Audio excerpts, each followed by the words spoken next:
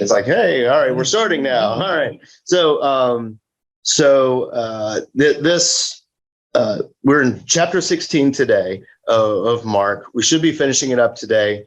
I meant to spend a little bit more time on this and kind of looking up. There's some things that sound familiar in this ending, and I have some of the notes here, and we'll kind of go through some of those things here, because we got to remember this is Mark wrapping up his story. You know, that's something that as I was growing up, I never really was combining story with the Bible. I was told was always bad.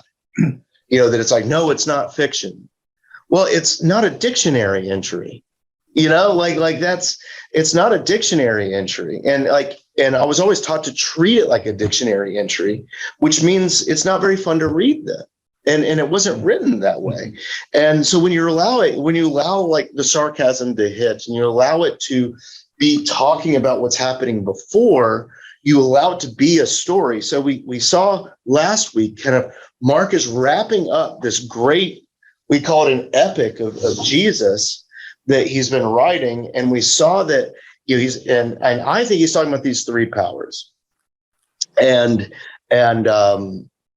that he's bringing all this up, and then Jesus dies on the cross, and you see the three powers, we talked about this last week, kind of redeemed a little bit there. That you have the redemption of the political power with the centurion saying, truly this man was the Son of God, which echoes the first verse of Mark. You know, so you have that happening, and then you have the religious powers, that you have Joseph of Arimathea, who's prominent counsel there, and just like he's burying Jesus. You see this redemption in that arc. And then you have all the women that were there following after him, that all the men have run away, but all the women are here. Now, like this you cannot leave this on the ground at how big this is in that huge patriarchal time frame, where in Roman culture, in Jewish culture, like it is the man ran the house more so than anything that we've seen in the last 100 years around here. Like it was the man ran the house, the man ran everything, right? And for Mark to just mention the other ladies and how they're being a little more righteous than the men is a huge deal. And it tells you something about the gospel, and its goal is that it's still bending in, that the redemption of the religious powers is this other guy who buries. You know, the redemption it's a small thing. The redemption of our personal power is through women, you know, is through the women. The redemption of our political powers is not through Caesar, but it's through one of his meatheads, you know, one of his soldier meatheads. And so like that's how you see this redemption coming into tomb. And so the last two verses of chapter 15 are 46, 47. Then he, which Bible? I'm in King James. Okay. So then he brought fine linen, took him down and wrapped him in the linen, and he laid him in the tomb, which had been hewn out of the rock, and rolled a stone against the door. And Mary Magdalene and Mary, the mother of Joseph, observed where he was laid. So like we established the next chapter here. Mm-hmm. And so what we're going to do is we're going to read now, we'll listen to it here, chapter 16, 1 through 8. And we're going to get into the stuff after 8, because there is some interesting stuff there.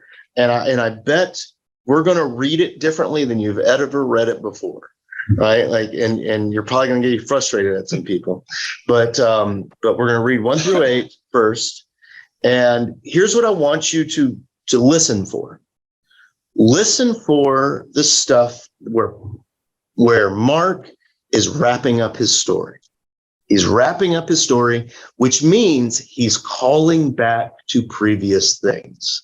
You know, it's good storytelling. Like if you've ever paid attention to like the Harry Potter stuff, the end of the story after they defeat Voldemort and all that stuff, it all happens again nice concluding arc on the platform 9 3/4 with him taking his own kids into there, Yeah, that's just good storytelling. And Mark is doing good storytelling here. So as we read this, be thinking in your mind, it's like, okay, what sounds familiar to what has already happened? All right. So here, we'll go through there. So let's see. So I need to share the screen. I need to hit optimize for video, and then this one, and share. Oh, and I need to go to, please move window away. I don't want to move the window away. Can you guys still see this on Zoom? All right. Looks good. Yeah. All right. Let me know if you can't hear it. Now when the Sabbath was past, Mary Magdalene, Mary the mother of James, and Salome bought spices that they might come and anoint him. Very early in the morning, on the first day of the week, they came to the tomb when the sun had risen, and they said among themselves, "Who will roll away the stone from the door of the tomb for us?" But when they looked up, they saw that the stone had been rolled away, for it was very large. And entering the tomb, they saw a young man clothed in a long white robe sitting on the right side, and they were alarmed. Do not be alarmed. You seek Jesus of Nazareth, who was crucified. He is risen. He is not here. See the place where they laid him. But go, tell his disciples and Peter that he is going before you into Galilee. There you will see him, as he said to you." So they went out quickly and fled from the tomb, for they trembled and were amazed. And they said nothing to anyone, for they were afraid. Now when he rose early... Stop. King James just likes to keep on moving through there. All right. So all right. So what do you notice? What sounds familiar here in 16? Like, go crazy on it, because I think there's a bunch here. He's going to Galilee. Going to Galilee. Going to Galilee. Or he told him he was. Yeah. So that is so. And don't tell anyone. So he says, yeah. So he says that he's not here. See the place where they laid him, but go tell his disciples and Peter that he is going before you into Galilee. That is referencing chapter 14, verse 28.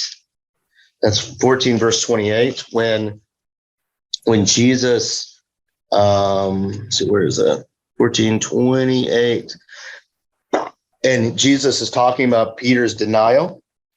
And he says, all of you will be made to stumble because of me this night, for it is written, I will strike the shepherd and the sheep will be scattered. So he's predicting that everyone's going to leave him alone, right? But after I have been raised, I will go before you to Galilee. Like, so he's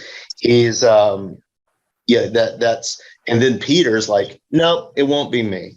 And then so then you look at all around that, in this beautiful storytelling, he's like, go tell the disciples, especially that one that said that he would never fall away, because notice who's not there. The disciples are not there. This is the story Mark is telling, that the powerful ones, the disciples, those ones relying on personal power, the ones that wanted Jesus to be, the Messiah, just like Caesar and all that stuff, like, they're not the ones that are there. Like, so it's the women that are going to proclaim to the disciples that he's alive and he's going to meet you in Galilee, just like he said. Like, that's cool. That's cool stuff. All right. What else sounds They were amazed. They were amazed. There's the amazement again, right? It keeps talking about it. And so this whole study has been an exercise in finding out all these places where people are amazed. And I think that's a call to the resurrection. It's calling us back to the women being amazed and fearful and all that stuff. And we saw it in chapter 2 when the friends lower their paralytic friend down the roof and Jesus heals him and everyone is amazed. I think you see that in my next place I liked it is the rich young ruler stuff, when the disciples were like, well, then who can be saved, Jesus, if this guy can't? And Jesus said, with God, with man, it's impossible. With God, all things are possible. And it says they were amazed at this. Like this is and like we were finding them everywhere. This moment where it says they're all amazed, and we could see. And I think this is the crescendo one. And I think this is why Mark's gospel ends here. Okay, I think this is where he stopped, because his whole purpose is to get where it's like you see the sign of the resurrection. That it is an amazement and fearful, because it's a weird ending it says that so they went out quickly and fled from the tomb, for they trembled and were amazed, and they said nothing to anyone, for they were afraid. Like that's over there. It makes no sense unless Mark has been saying those same words the whole way through, and then it's like this nice little. Just like in Harry Potter, with the platform 9 3/4 is so important, that fear and amazement is so important, and that it's a call sign to Jesus and God working. And so it's I think it's beautiful writing then. So what else? I saw something connecting to Easter, which I had not seen before, in verse 2, where they came to the tomb when the sun had risen. Yeah. So we have the sun rising and the sun had risen. Yeah. So this idea Like a double entendre. Let's see here. Verse 2. Yeah. I was looking to see if that called back. It's Mark doesn't do the whole darkness thing, but you can, but he does call back to the creation of the universe a lot of times. And it's like a new day has come with that Easter identity, that the sun had risen. New days are here It upon doesn't us. say anything about the earthquake. Where It does. in one of the other Yeah. says there was an earthquake and rolled away the stone. Yeah. John, maybe more. Could be the same earthquake that tore the veil. Yeah. So it does. Remember, it mentions the veil, but it didn't. It doesn't have the darkness, and it doesn't have the earthquakes and all that stuff. So Mine says, verse 33, 15 says, when it was noon, darkness came over the whole land until 3 a.m. Oh, it did say that? Okay, good. Good. So what verse was that? 33, 15, 33. Oh, I just didn't look back. I thought it did. I just didn't see it. So yeah. So darkness of the whole land. So now you have the overcoming of the darkness, which I was like, there's got to be, like he specifically mentions the sun.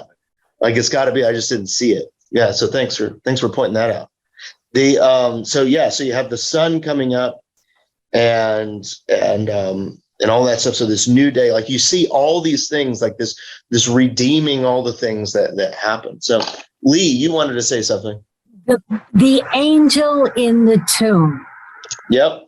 Okay. Does it say angel? No, it says Okay. young man. Young man. Yes. But I'm assuming no one normally sits in tombs. So Well, we'll get to that. We'll get to that. So go ahead. What were you going to say? the angel is sitting there telling them he's risen. Yeah. The angel went to Mary and said, the Savior will be born. The beginning and the end. The angel announced the birth, and he's announcing the end. So that's Luke. Luke, where the angel like that. Like Sorry it's about fun. that. Yeah, it's fine. Yeah. So let's talk about that young man, though. Let's talk about that young man. So where else is mentioned a young man? And then how does it talk about this young man being dressed? White. In white. White. White. Does it say anything else? Just in a white robe. Long white garment. White garment. Okay, so he's just in a white garment. They were amazed. And they were amazed, right? And they were amazed. Yeah. Signs of the resurrection, right? So So where else do we have mention of a nameless young man?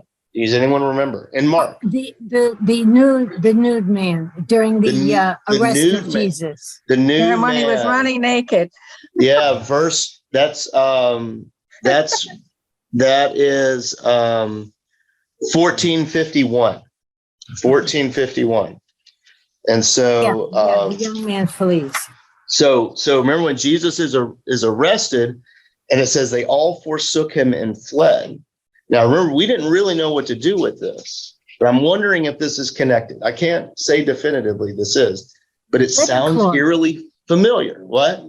The linen cloth. The linen The linen- is used for burials. Yeah. So now a certain young Left man. the linen cloth and ran away naked. Yeah. So he ran away naked. And what I think is going on there is that running away naked is kind of the exposing of like all those three powers type of thing, like that, the exposing of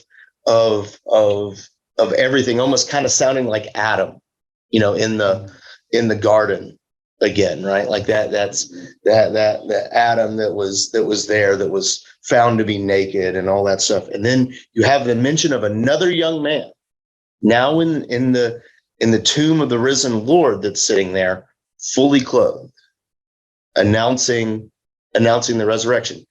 I don't 100% know what to do with that, but it's weird that it uses very similar language to talk about it. One being naked, and if you think about it, how it's written. So we already talked about go tell the disciples and Peter, right? Go tell the disciples and Peter. He says you're going to meet him in Galilee. So if you think about how things are often written in stories, you'll have like structures. You guys have heard of like rhyming structures where it's like it'll be ABC and or ABBA, something like that. Well, stories kind of will do the same thing, and what sometimes will happen is that you'll have event A, event B, event C, and then it'll unwind it. Where on the other end you'll do event C, event B, event A. And if you look at this, it's kind of an unwinding here, where Jesus says that Peter says, I'm not going to deny you. I'm not going to leave you. He goes, I'm going to leave you in Galilee. You have event A, and then you have event B here with this young man running away naked. And now this in the tomb, you have the young man fully clothed and announcing event A again. He's event B, event A as it's unwinding and saying he's going to meet you in Galilee. So I don't know if that's true or not, but it's such an odd similarity, and so it's just a fun way to look at it. I think, that this is kind of the story of, and kind of wrapping all this stuff up. So anything else? I still got some more on my list. You not notice anything else? Like it's packed here. This is the struggle of Easter and Holy Week right here. And this is that there's so much going on here, and you can't do a sermon like this on Easter. You just can't. And you can't really, you're always doing Palm Sunday on the week before. Did he meet him first in the upper room before he went to Galilee and met him there? So that's John. That's John. It's another gospel. That's another gospel. And so because that's what he does in John. And I think where these differences really are is what's Mark's goal in what he's writing? What's John's goal in what he's writing? Because on Sunday, we've been hitting a lot of John lately, and we're going to continue. We're going to hit John really hard in Lent this year. And so, we're going to see that a lot more. And so I think it's just, so you have here. So does the angel sitting on the right side have any significance? I think the right and left hand of God. Yeah, I think that's kind of a part of service to the risen King, like that you always have the right hand of the King type of thing. And I think that's kind of a service to him there. Like and so I think that should be noted. And that wasn't on my list. So the first one that I have, Mary Magdalene, Mary the mother of James, and Salome bought spices that they may come and anoint him. We've already had an interaction with spices, with the nard and all of that stuff. And again, and I think this is just something that we kind of overlook oftentimes, that it would have been expensive. It would have been, it would have been a lot of money and all those things. And there may be some recall to that story where the woman comes and anoints Jesus with those spices for the burial. And the disciples, again, the personal, powerful ones, right? They're like, well, we could have given that money to the poor. I don't care about all that. But I think it just calls us to remember that part of the story a little bit. And then we talked about the sun risen already. And this one's super subtle. And the only reason why I catch it is John does a similar move. What are the women concerned about as they're walking up to the tomb? Rolling the stone away. Like, who will roll away the stone for us? They're concerned about that. That's an odd thing to include, I think. It's an odd thing to include. And then what's kind of the resolution for that? They looked up and they saw that the stone had been rolled away, for it is very large. I think John does a similar move to this in his resurrection narratives. It's one of these things. I think it's a callback to with man it is impossible, but with God all things are possible. And it's a callback to that, and it's a callback to saying that God has already done it. That it's a callback to that idea. And there's so many times our desire for religiosity in ourselves. I think we let our personal power take over that realm sometimes. And we're like, I need to save myself.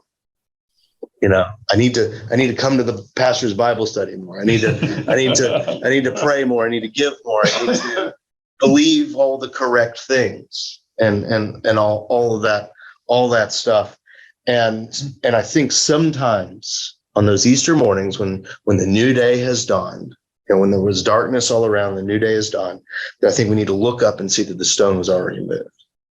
And that there's something inside of us that wants to move this. That's probably a good Easter sermon right there. Like that. That's that the stone is already moved. Yeah. Is that negative angel thing? Well, I don't know. I think the way I would look at it is that it's that God has already moved those things for us, and that I think our religiosity, that the best place that it is for us is in that sense that, okay, God has already done this. I can breathe again. I can be like Adam in the garden, Adam and Eve in the garden. And so, which doesn't mean I'm not working. It doesn't mean like all that stuff. Like it means that I'm at peace and everything will be okay. Even when over again. Yeah. Like it's just kind of new days and stuff like that. So I think those are the things. Did anyone else notice anything else in these last 8 verses? I have a question. Yeah. Why were they afraid? Why were they afraid? Yeah, I mean, if they had just found an empty tomb, they might have assumed, okay, somebody took his body. But they're told he will be in Galilee. I mean, I'd be jumping all over the place. He's alive. I'd be screaming on the top of my lungs. Why were they afraid? So I think it goes back to that same sense that we're talking about, the astonishment and fear. So,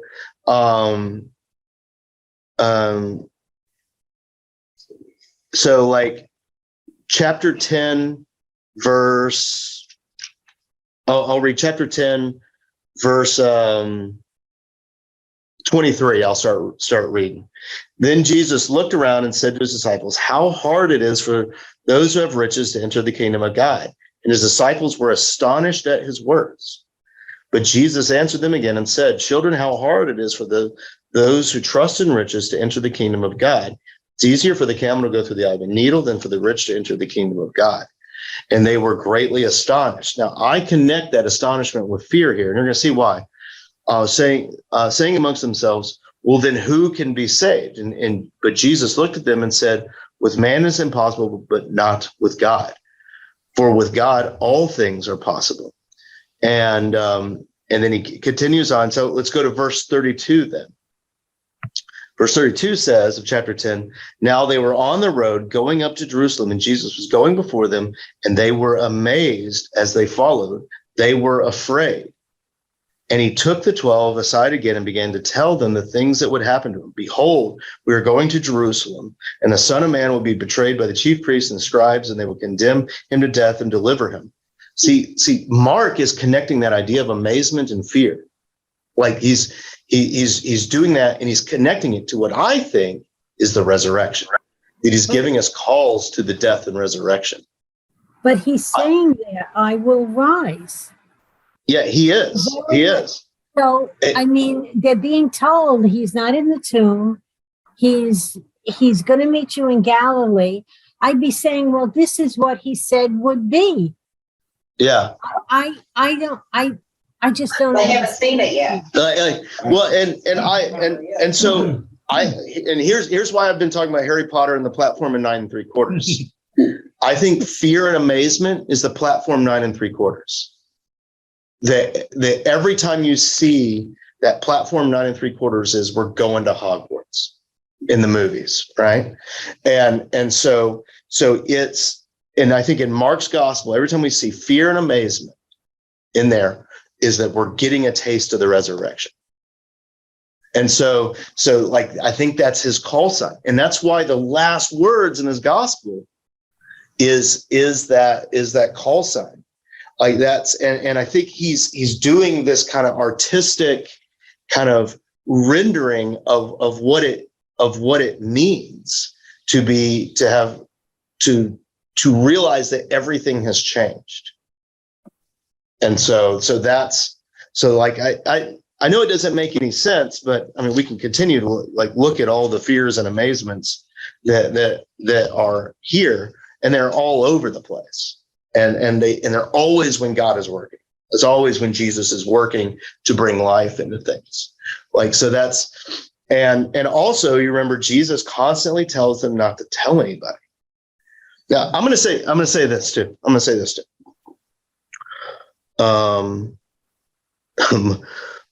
Mark and I were writing the sermon this week. I'm going to give away some of the sermon this week. He didn't like the way that I was putting something, and we found and we kind of found out why he didn't like it, and what was his exact words? He goes, that just seems like there's no purpose and direction to it, and this is going to sound weird, but I kind of think the leading of the Spirit is more like what we would call wind than a straight purpose and direction. That I think that we look at the things in the world that are straight, and it's always the things that we've built, right? And the way that I compare this to is look at the wilderness wanderings. The wilderness wanderings were not a straight path to Judea, to the promised land. You know, it was almost like ruining the sermon, like a feather being blown about in the wind. You know, like that's the sense, right? Like that's, and it's taken a while to get there, but I think that's, I think when we put like a straight direction of God, like that's like, I'm just going straight there and I'm following, like, I kind of wonder if we're following more of our American Christian selves than we are like the breath of God, you know, that I think God kind of moves us around a little bit more and all of that. And I think that right there, that here at the end of Mark we're getting a touch of that. We're getting a touch of that where it's like, what do you mean? Like they're afraid. So, but you don't have to agree with me either. Like that's, and it is weird, but I think him ending it that way with, and they went out quickly and fled from the tomb, for they trembled and were amazed, and they said nothing to anyone, for they were afraid. Sounds like the way the book really starts with chapter 2, with the healing of the paralytic guy. And here we'll go back. Let me go back to that real quick. Chapter 2, and you'll see what we're talking about.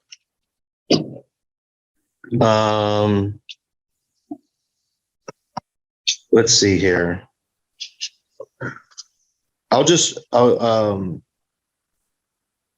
So verse 6, chapter 2, verse 6, and I'll read to 12.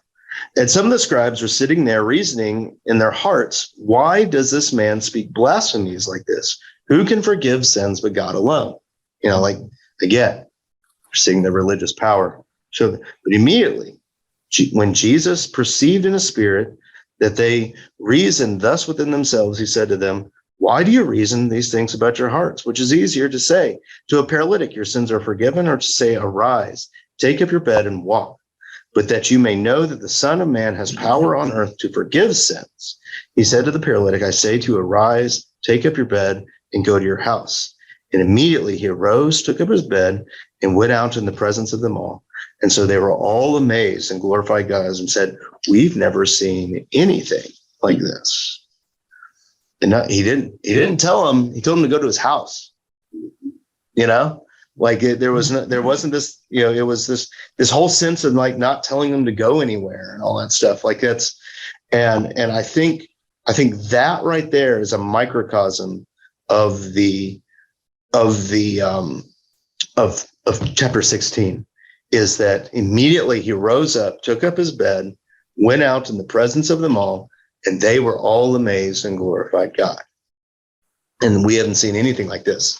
That sounds like, so they went out quickly and fled from the tomb, trembling and amazed, and they said nothing to anyone, for they were afraid.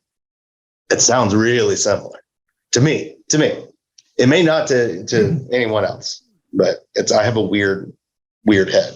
So Could it be that they were afraid to tell anyone because maybe they'd look at them and say, you're crazy? Maybe.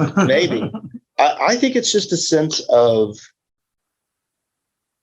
No, they told no one, or they were afraid. they're at the end of the Hunger Games books. Yeah.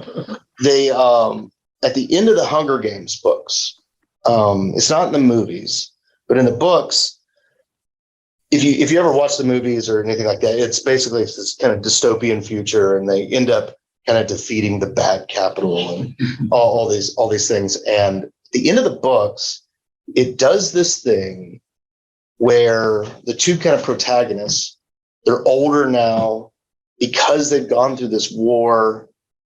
Their bones hurt. They can't move as well. And even though things are better, there's this tinge of, was it worth it? And I like that ending, because like when it very rarely do we accomplish something or something changes so much that we are just like, yeah, that's it. That there's usually kind of a like, oh, like things are different now, and there can be joy in that. But and I think that's kind of the sense. I don't know. Does anyone else have any other theories? You can disagree. The last book that came out with people in the Capitol, the kids. Yeah. That was kind of an interesting book. Yeah. They're making a movie of that one too. Yeah. So like that's but yeah, it's a good. It's the Hunger Games books are good. Yeah. That's all 4 of them now. That one kind of went over the top. Yeah. And so that's the yeah. I want to talk about it, but I'm not going to. but I think that sense of that it's this accomplishment, but it's this metered success at the end of it. And I think, and if you look at the other gospels, like Jesus rises from the dead and he appears in the room with the disciples, and they're locked away, afraid. The ladies who, Mary, who is at the tomb, who thinks Jesus is the gardener, is told to go tell the disciples and John, but the disciples are still afraid, locked in a room, right? When Jesus shows them, even Thomas doesn't get it, like this is a consistent message. Even Matthew, at the end of in the Gospel of Matthew, it says that Jesus took him out to the bottom of this mountain, and it says that many believed, but some doubted.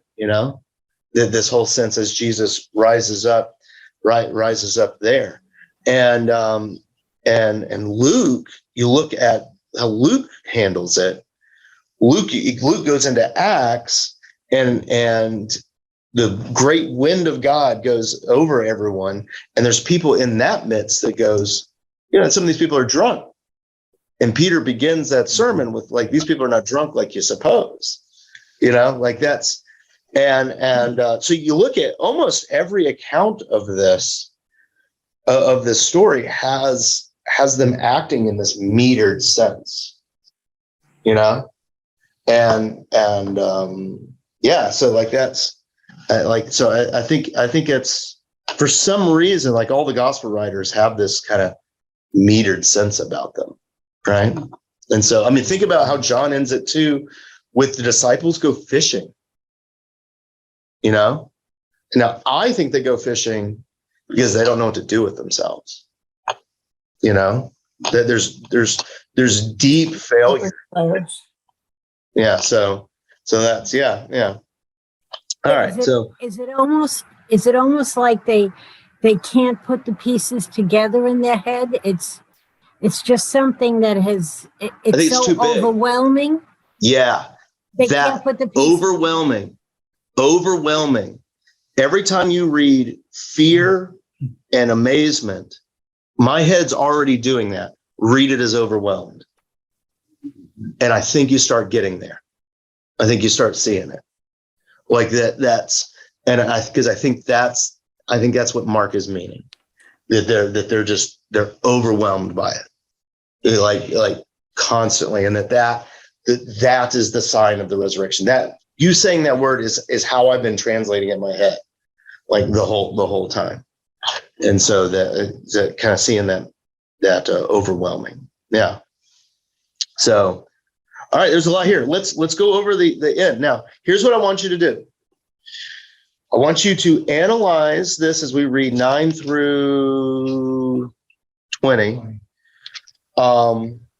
Does this sound like the guy that wrote everything that came before it? Right? Does this sound like it? It's debatable. So let's see if it sounds like it. And if it doesn't sound like it, hint to my view, what do you think the purpose of this is? Why is it here then? Right? Why is it here? Because it's early. This was the reason why it's in our English translations, is that it's not in our earliest manuscripts of Mark, but it's in some ones that are pretty early. So like that's that, we find these things in the ground and all that stuff, and caves, and some of them have it and some of them don't. So let's read it, and then we'll kind of discuss it, because I have some views too, and I probably softened to it a little bit too. All right, so here we go. Now, when he rose early on the first day of the week, he appeared first to Mary Magdalene, out of whom he had cast 7 demons. She went and told those who had been with him. The words aren't showing. And when they heard that he was alive and had been... You telling me that I got to actually hit the buttons? All right, here we go. All right, can you see it now? Yeah. All right. Now when he rose early on the first day of the week, he appeared first to Mary Magdalene, out of whom he had cast 7 demons. She went and told those who had been with him as they mourned and wept. And when they heard that he was alive and had been seen by her, they did not believe. After that, he appeared in another form to 2 of them as they walked and went into the country. And they went and told it to the rest, but they did not believe them either. Later, he appeared to the 11 as they sat at the table, and he rebuked their unbelief and hardness of heart, because they did not believe those who had seen him after he had risen.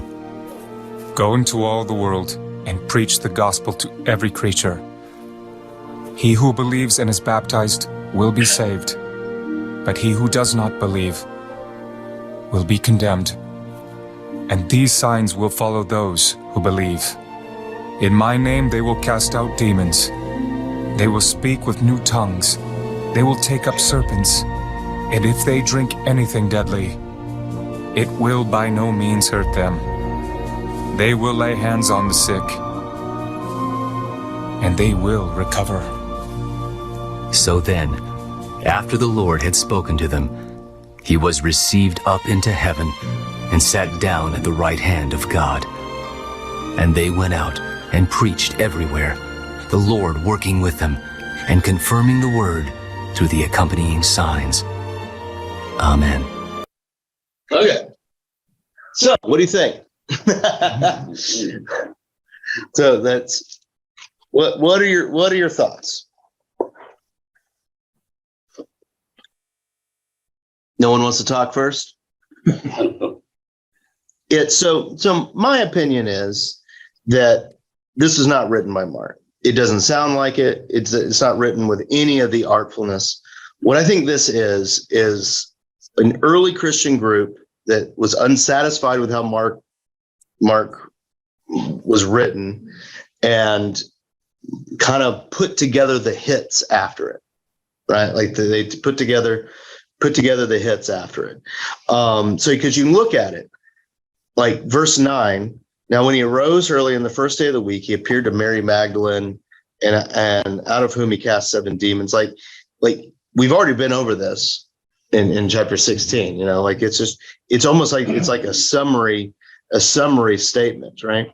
And notice what they do here.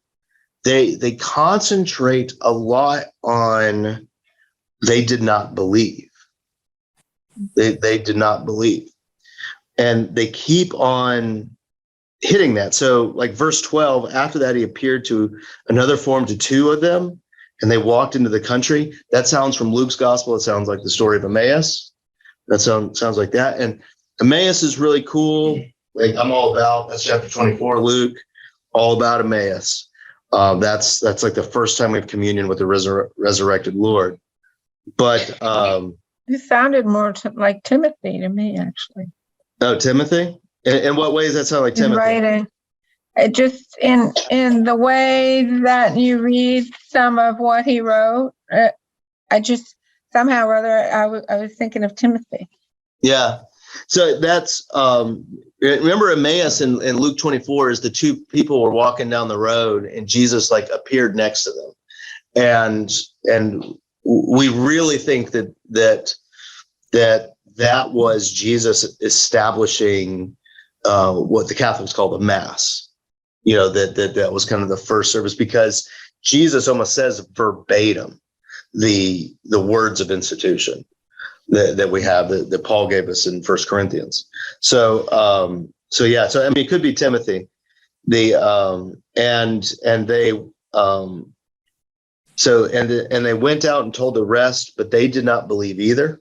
So again, it's hitting this note of unbelief this whole time.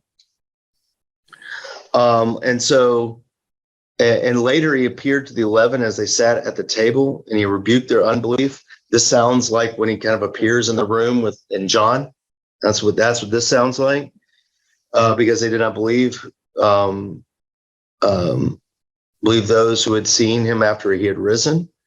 And he said these things to him. Now, there's some weird things going on in what Jesus says here. how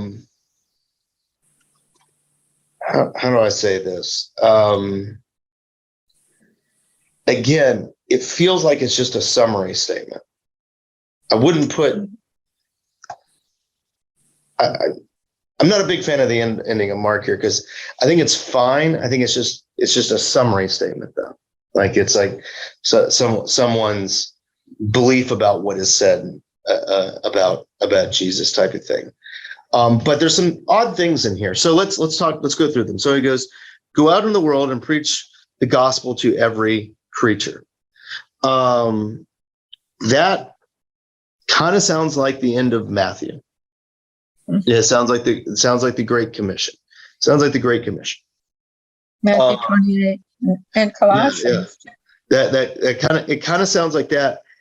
Although it's missing some of the panache that has. The way he says it there sounds like a collapsing of it and making it smaller than it is. And then he says, he who believes and is baptized will be saved, and he who does not believe will be condemned. Again, that sounds like just a statement of like, here you go. And these signs will follow those who believe. Now, I want us to think creatively here. So we'll go through the first two. In my name, they will cast out demons, and they will speak with new tongues. What do you think that could be talking about? What do you? Sounds like when the Holy Spirit come down, they talk in tongues. They talk in tongues. Now, what are the different things that tongues mean? So Tower of Babel. You have like our Pentecostal holiness brothers and sisters in the faith. They like it's the spiritual language.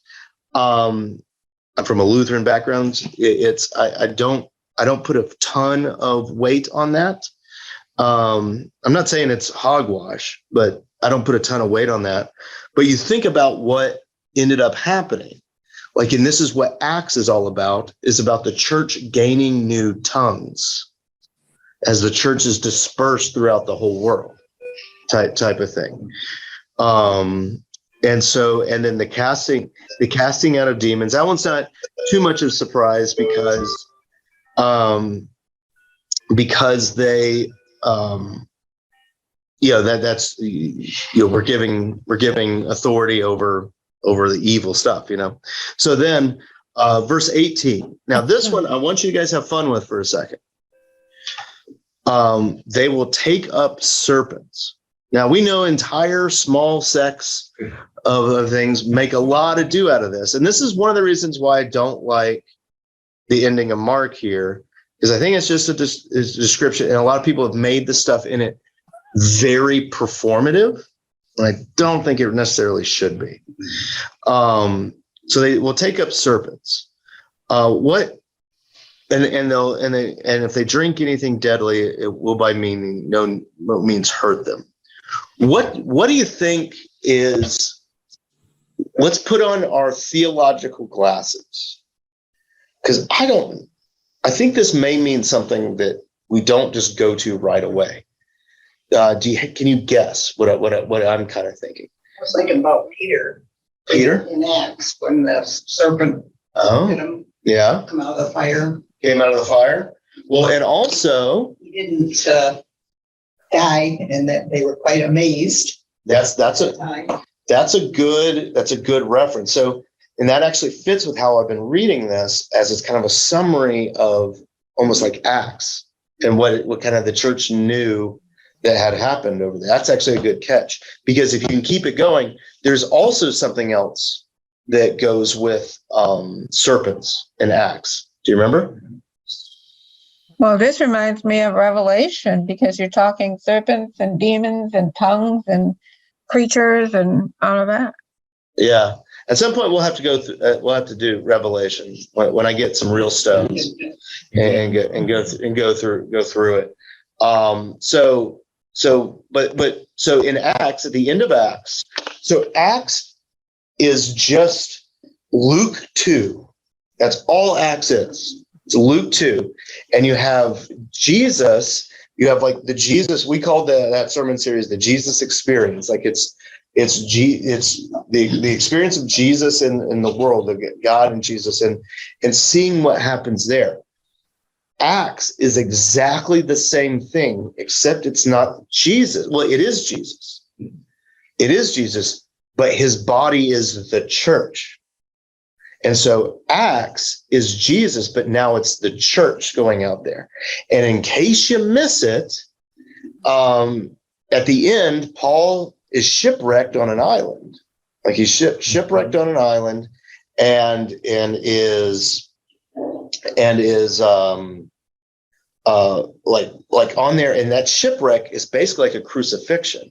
And there's all these things that let us know that it's talking about this crucifixion and the overcoming of evil, right? And one of those is that Paul survives a snake bite. You know, like that's which calls us back to Genesis chapter 3 with the curse and all that stuff. That Paul is, it's almost like he's being crucified, but still rises and living like the church will. If you read it through that lens, and then also think about this, and if they drink anything deadly, it will by no means hurt them. You could look at that, it's like, oh, I'm going to drink poison, or you could look at it through a theological lens, which is a stretch. I don't think this ending of Mark is doing a lot of work theologically. But to me, that sounds like all the time Jesus is talking about communion, and it's always in the fourth cup of Passover, and when they're drinking it, which is the cup of wrath. But he's like, can you drink the cup that I drink, and can you, like, all that stuff? Is this a reference to that? And that the original readers would have just seen those two. They're like, oh man, we're talking about Acts. We're talking with all these things. Are talking about Acts.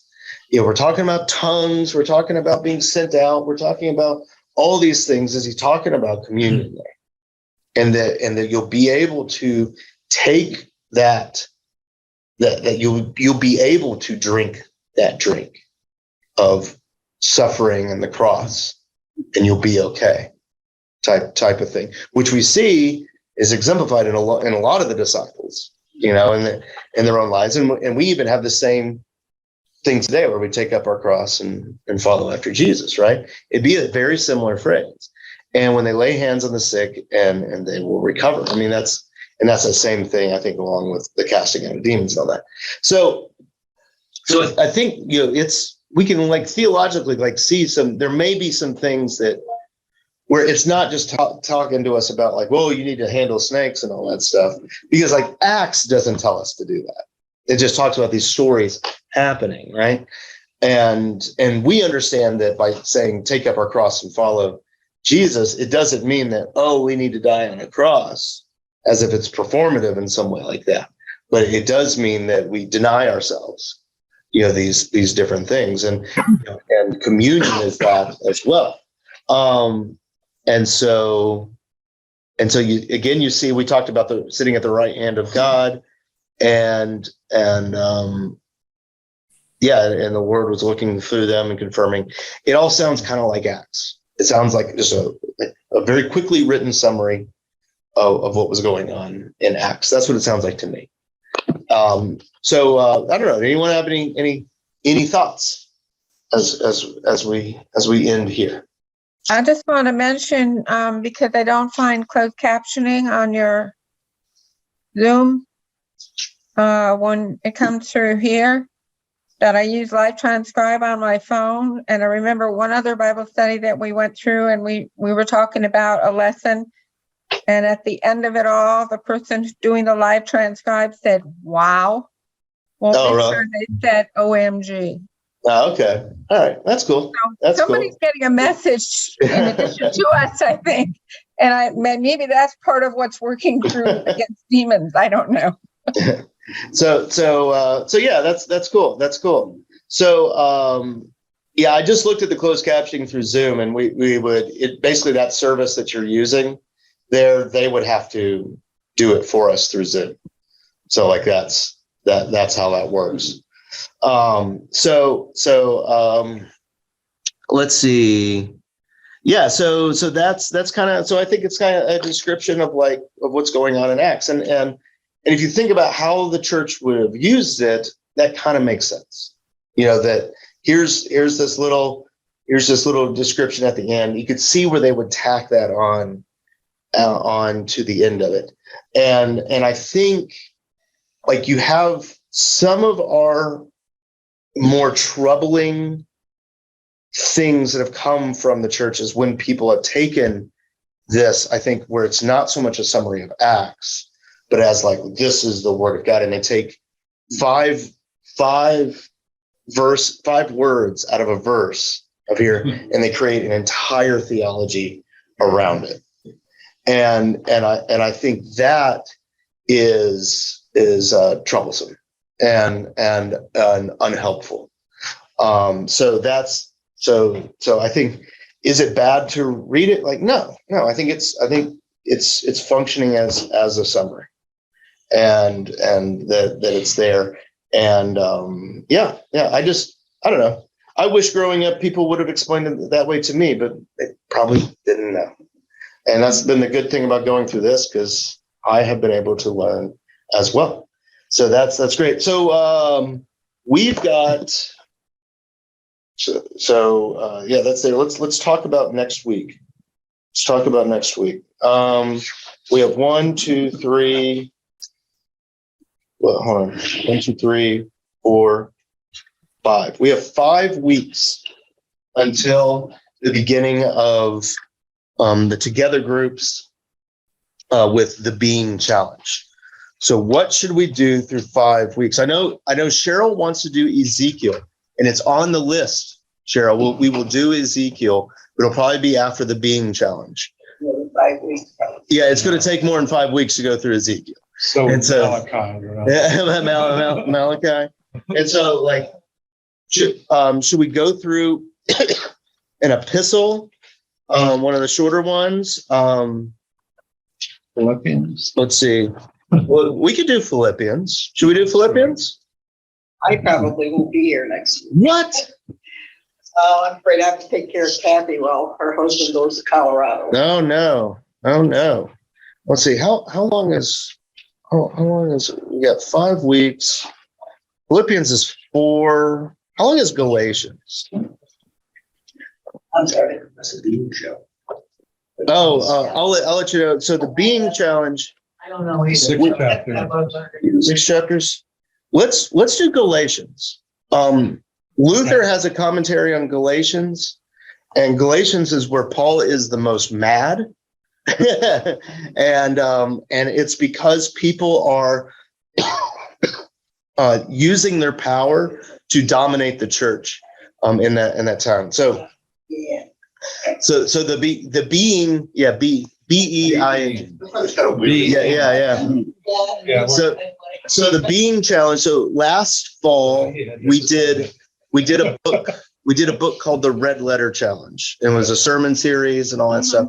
It's kind of like using the words of Jesus in our everyday life. And that is broken up into, was it 5 weeks? I think 5 weeks. The first week was Being, so BEING, so Being. So now the author of that study, who I went to seminary with, who likes his money, but he produces good stuff. He produces good stuff though.